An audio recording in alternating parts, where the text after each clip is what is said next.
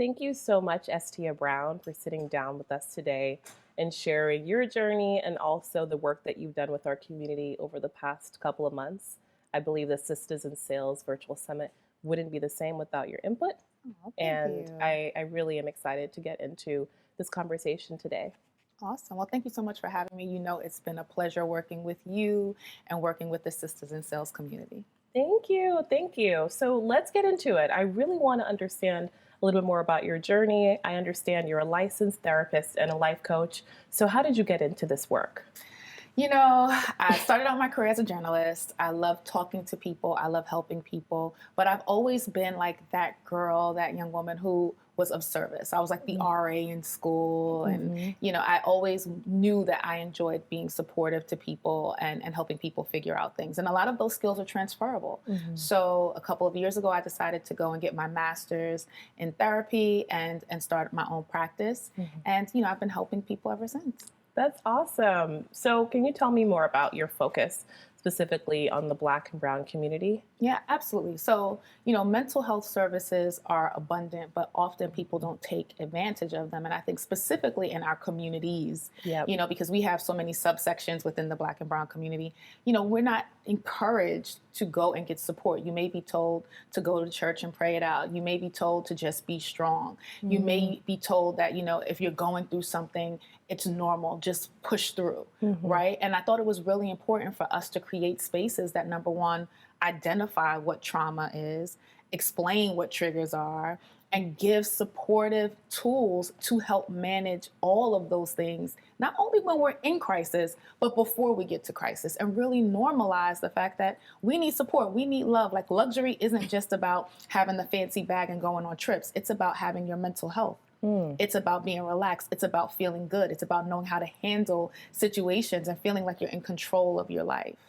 It's funny that you say that because I think prior to my mental health journey, I did think that the bag and the shoes and Right. We're taught that that's what self-care is. and the food and all of that, like going out to nice dinners, I was like, oh, self-care is Saturday. That means brunch, you know? Or the nails. Yeah, or the nails. Or wine. Exactly. Right? And that's not self-care. Those are treats. Yeah. Right? Like, self-care is really about figuring out what you need to manage what is going on in your life more efficiently, Right. how to be happy, how to deal with issues that create unhealthy cycles in your life. That's true self-care. And the problem is that ish is hard. You know, I want to curse, right?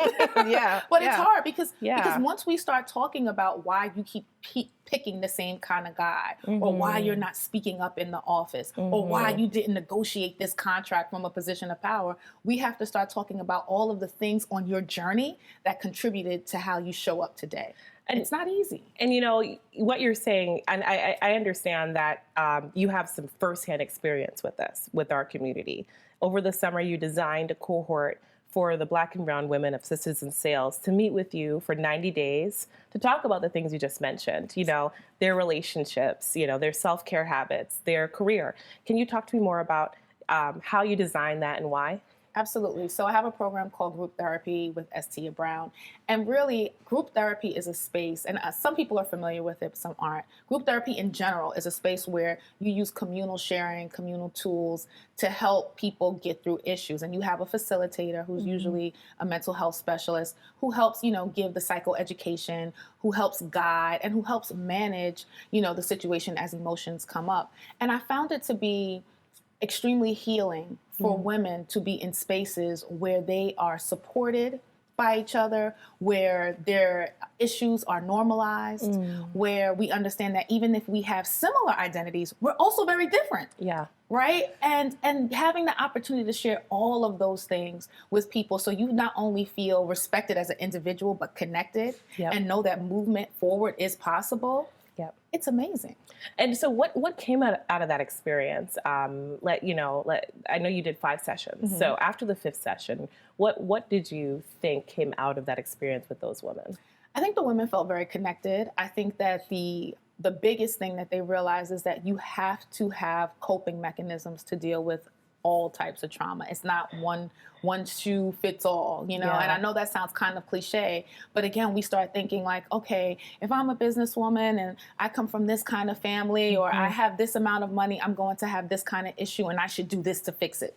That's not how life works. Right? All of us are made up of multiple identities, and we have different things that intersect in our lives at different times. So you may be married with 2 kids and going for a promotion, or you may be single and one of your parents just died, or you may be looking to transition jobs. Whatever you're going through, those identities at that moment are shaping how you're dealing with trauma, and your triggers from the past impact that, right? So what we really learned is that we all have similarities, we all have differences, and we have to have healthy coping mechanisms to deal with whatever comes up. And one of the great things I loved about that space is that people shared some deep-ish, right? And they realized like, oh, I might not have gone through that, but it's similar to this, or I know that might be ahead, right? So just being in a place where we can support each other, give each other tips, laugh, cry, be extremely what I call courageously vulnerable, talking about our fears, our anxieties, the things that broke us down, the things that we're scared, about. So group therapy is an amazing space. And I encourage more people to engage in not just individualized therapy, but therapy with people who are going through shared experiences so you can learn collectively. So thank you, first of all, for doing that for our community. I know it may have seemed externally off the cuff, or maybe it may have seemed why are we doing therapy for a group of Black and brown women in sales? Why? And I believe, from going on my mental health journey, that it's absolutely integral to my growth, but I'd love to hear from you. Why do you think that therapy is important and exceptional for the sales professional? Oh my gosh. You guys are under so much stress, right? Like, most people have jobs where performance matters, but few people have jobs where their performance matters every freaking day, right? Like, you guys are literally judged by what you hunt. And what you kill and what you bring. And not only does that impact stress levels, that impacts self-esteem, and there's so many other issues that come up because, again, your job is just one part of your identity. You also have stuff that's going on with you personally, family stuff, so learning how to juggle all of that. You guys need support more than, people who are in stressful professions need support. I would not say more than, because everybody needs support for different, but just as much, if not sometimes more. Right? Especially because it's normalized for you guys to perform under pressure. It's normalized for you guys to be competitive and not share your vulnerabilities. So where does that go? Right. No, it's true. And it really actually, since we started talking, made me think that you're right. Our industry sometimes has those negatives. Sometimes. Right? And then they say you guys get big bank, right? So it's great because you get these amazing commission checks. You can go on trips. You have great salaries. You have amazing titles. You meet great people. But then they're still dealing with the hard parts. Right. And when we are winning, it's hard to say that there are places where I still feel like I'm losing. There are places that don't feel good. I don't like this. Or I love what I do. I love the results. But I don't love the space that I'm in. Right. So there's a lot going on. So how do you know when someone needs therapy? Like, what are the signs that someone should look for within themselves? A lot of times people like to wait until they're in crisis to go to therapy. And of course you should go to therapy when you're in crisis. But I say, go as soon as you feel like, right? Because life is not about the it's about hey, right? And a lot of things can cause hey, right? Like, so again, if I'm having stress at work and I'm not able to process it in a way where I'm able to let it go and I'm not feeling good, that's the time to start going to a place to just talk it out. Because friends, girlfriend groups, spouses, kids, they're great for talking to, they're great for support, but they're not that same blank slate to give you feedback. And they all have investment in the outcome. And what does that mean? People are like, oh, my parents don't want anything from me. Maybe they do. My husband doesn't want anything from me. Maybe he does. But everybody wants, they're invested in a certain vision for how your life should be. Right. Whether it impacts them directly or not. But therapy is a space where you get to just talk about what you want and be honest about what you need. Because you can't tell your husband or your girlfriends everything. Right? Yeah. And if you do, the feedback they're giving you is based on opinion. Right. It's based on what they think is best for you, not about the journey of you figuring out what's best for yourself. And that's the difference with therapy, right? And, sometimes I want to tell people what to do, right? But that's not my place because it would be arrogant of me to know what's best for your life. You are the expert of yourself. It's my job to help give you the tools to learn how to make the best decisions and to understand what's motivating unhealthy choices. So I want to help like our attendees and our viewers understand more about the therapy journey in a simplistic way. So we talked about how do you know when to go to therapy. What about just a basic question? How long should you stay in therapy? Yeah. So you go to therapy whenever you feel like I'm not happy. I don't feel like myself. Something is off. Energy is off. And of course, if you're in crisis, Yes. Meaning if there's some major life event that has been troubling. I think one of the issues with the brown and black community is that we identify crisis as extremely huge things, where crisis can be anything from losing a job to breaking up to a death in the family. It doesn't have to be, the extreme circumstance, right? It can also be like, I'm not responding well to, something that's going on in the office. Anything that's taking you off of your game can be a personal crisis, right? And so how long you go to therapy? A lot of times people think you need to be on the couch forever. There's different types of therapy, right? So I'm a huge fan of solutions-based therapy. So that means you come with a problem, let's talk it out. Let's start working with, to figure out some of the viable ways to problem solve. Some people need longer form therapy because they realize that they have multiple things that are connected. The biggest thing is that you don't have to use therapy saying I'm going every week for the rest of my life or every month for the rest of my life. You build a relationship with a therapist to know when it's time to check in. So the times when you're in crisis, you may be going weekly, right? So that might be for a few months. But once things start to transition, you should go maybe bi-weekly or monthly or for a quarterly check-in or for a semi-annual check-in. And this is just a space for you to talk out the stuff that in the back of my mind, this is sticking. Like, I don't know what to do with this, right? So who wouldn't love to have an opportunity to kind of just dive deep to be your best self? Again, people talk about handbags, they talk about wine, they talk about travel, but therapy is the sexiest ish ever because you can't enjoy all of those things if you're not feeling right on the inside. You could be on vacation, you could have the baddest outfit on, but if you're dealing with trauma, your time is going to be effed up. You know, and therapy is the space to iron that out. It doesn't mean that things are going to be perfect. It doesn't mean things are going to go away. But it also doesn't mean that you're crazy if you need therapy. It doesn't mean that you're weak if you need therapy. And it's okay to be vulnerable. Like, we're strong people, we're resilient, but we are also vulnerable. We also need support. We need spaces to cry. We need spaces to be sad. We need spaces to know we don't always have to figure it out and have all the answers. And that's what therapy is. And so how do you pick the right therapist that speaks to you? Moves you. It's a dance, right? Like, a lot of times people get discouraged because they may go to a therapist and they're like, I don't like this person, or they didn't get me, and so I don't like therapy, right? And that's not the case. Like, that's like saying if I don't like this college, I shouldn't go to school, right? Or if I didn't like this outfit, I shouldn't wear clothes. Right. It's about finding the right fit. So one of the things I encourage people to do is, we all use the internet for a million things.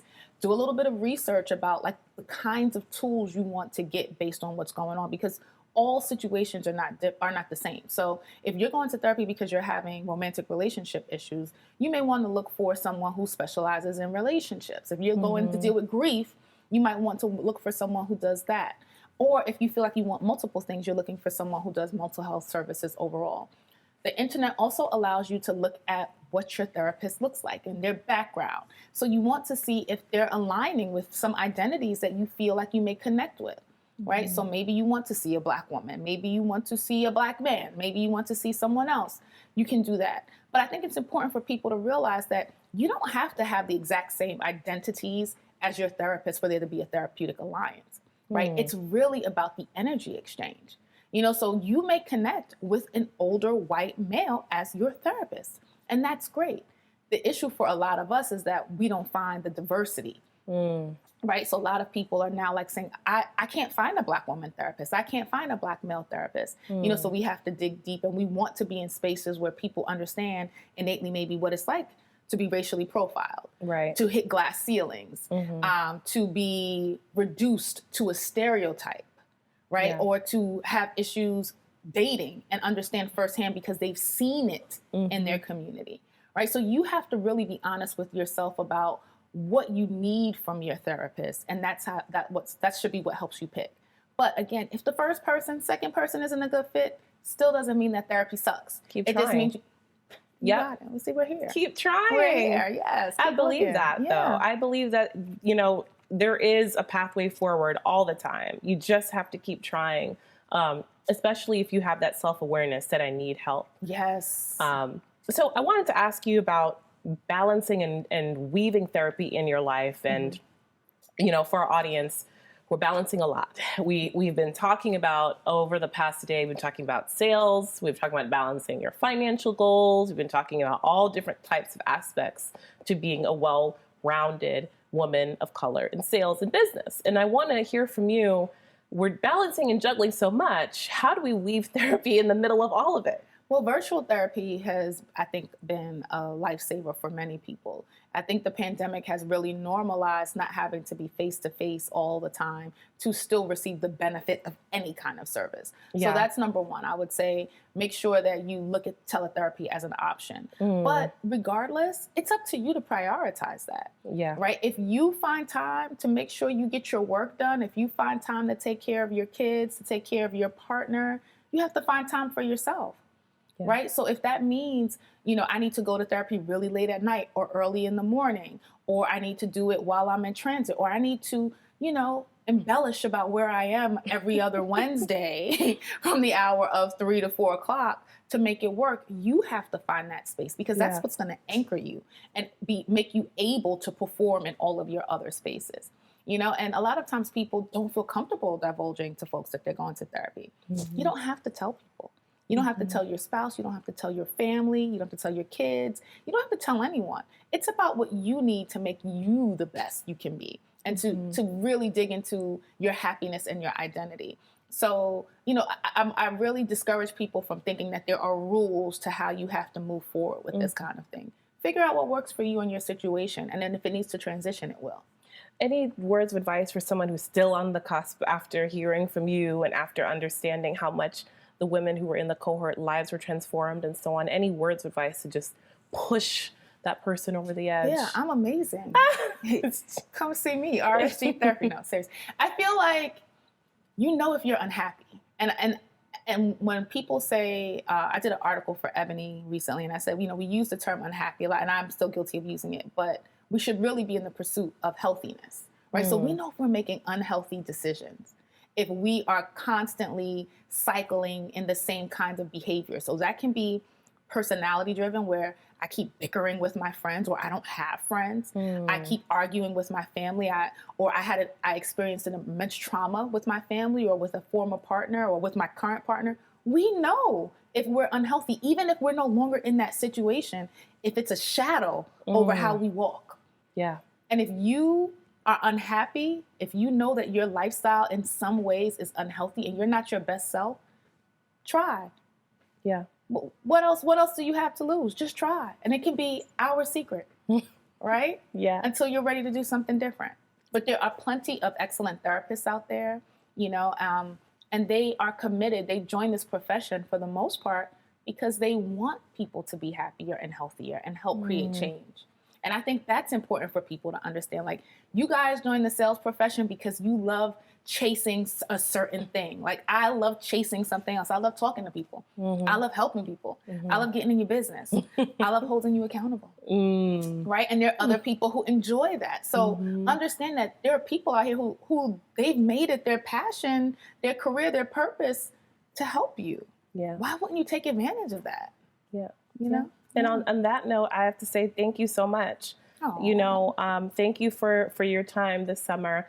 Thank you for pouring into our community. Thank you for showing up here today and coming all the way from Maryland to be here in New York with us. Of course. And we on behalf of everyone, we just want to say thank you for discussing this really important topic with our community. Thank you. Thank you for having me, and it's been a pleasure. Please let our audience know how they can get in contact with you. Absolutely. Well, thank you again for having me. If you are interested in getting therapy, you can go to rsgtherapy.com. Our business is Ready, Set, Grow, and we are super committed to helping people. And if you want to find me on IG, it's Tia Brown Talk.